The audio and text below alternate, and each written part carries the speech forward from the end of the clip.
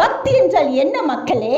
போதும் என்ற மனதுடன் கூடிய தேவ பக்தியே மிகுந்த ஆதாயம்.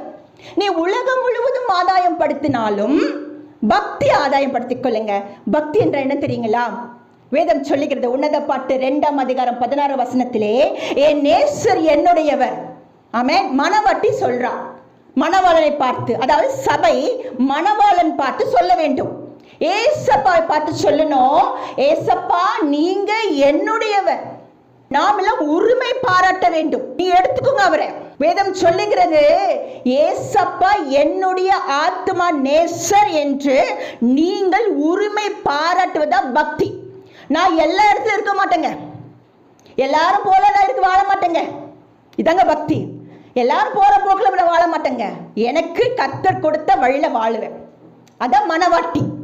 மணவாட்டி மறைந்திருப்பார், வெளிப்பட்டுட்டே இருக்க மாட்டான்.